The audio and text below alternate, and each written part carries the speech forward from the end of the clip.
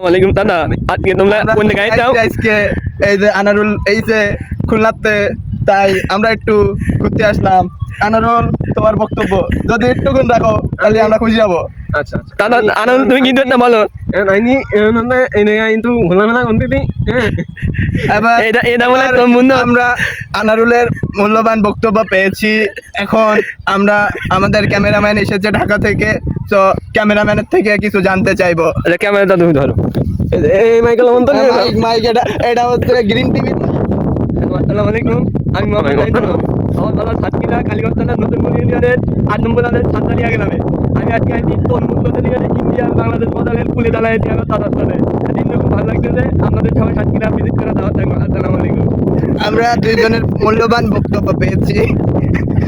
আমাদের green TV এবং হুলুলুলু টিভির সাক্ষাৎকার মানে প্রকাশ হবে আজকে রাত 9টার সময় সংবাদের পরে। আসসালামু আলাইকুম।